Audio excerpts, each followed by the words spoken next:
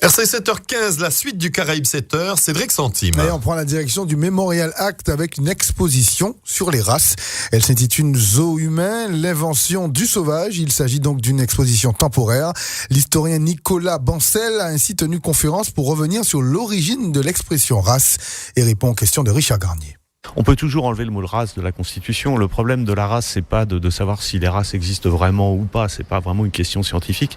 C'est beaucoup plus de savoir si dans la culture, dans les mentalités, subsistent des éléments, des préjugés, des stéréotypes qui font que le racisme persiste. Et ça, c'est quand même extrêmement important. Ça participe aussi à l'organisation des sociétés. Dans une société guadeloupéenne qui est marquée par l'esclavage, qui est marquée par la colonisation, la division pendant très très longtemps de la société en termes raciaux, en termes de couleur de peau, cette division socio-raciale, elle a des effets qui, je l'espère, tendent à s'atténuer aujourd'hui, mais qui produisent encore des effets dans les sociétés contemporaines. On le voit très bien si on regarde l'Europe aujourd'hui, la montée des xénophobies en Hongrie, en Belgique, en France même, et dans beaucoup d'autres pays, s'appuie sur finalement un certain nombre de préjugés, dont les préjugés raciaux. Alors on focalise beaucoup sur l'islam, mais enfin derrière l'islam, il y a les maghrébins, il y a les noirs, et donc la question raciale, en tout cas du racisme plus exactement, elle reste toujours posée, elle est toujours présente, elle nous hante en quelque sorte.